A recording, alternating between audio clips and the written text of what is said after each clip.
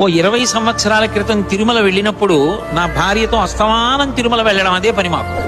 ఓ 2 నెలలు జీతంలో డబ్బులు కూడబెట్టుకోవడం, తిరుమల ఎక్స్ప్రెస్ కి రిజర్వేషన్ చేసుకోవడం, తిరుపతి వెళ్ళిపోవడం.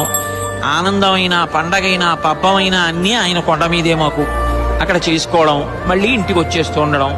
అది ఏమిటో అదో సంతోషం. అలా గడుపుతుండేవాళ్ళం. అలా గడుపుతున్న రోజుల్లో ఘంటసాల గారి భగవద్గీత వినపడుతుంటే నేను ఎన్ని పర్యాయాలు ఆ మాట అన్నానో నాకు తెలియదు.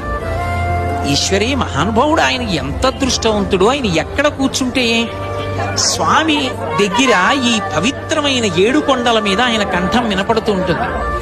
ఆయన చెప్తున్న మాటలు భగవంతుడు చెప్పినది భగవద్గీత. ఆయన చెప్పిన భగవద్గీత ఘంటసాల గారు చెప్తుంటే ఈశ్వరుడు కూడా చిరునవ్వుతో శ్రీదేవి భూదేవితో వింటాడు. ఎంత బాగా చెప్పాడో చూడా గాంభీర్యం. నేను ఎంత గంభీరంగా చెప్పానో అంత గంభీరంగా చెప్తున్నాడు.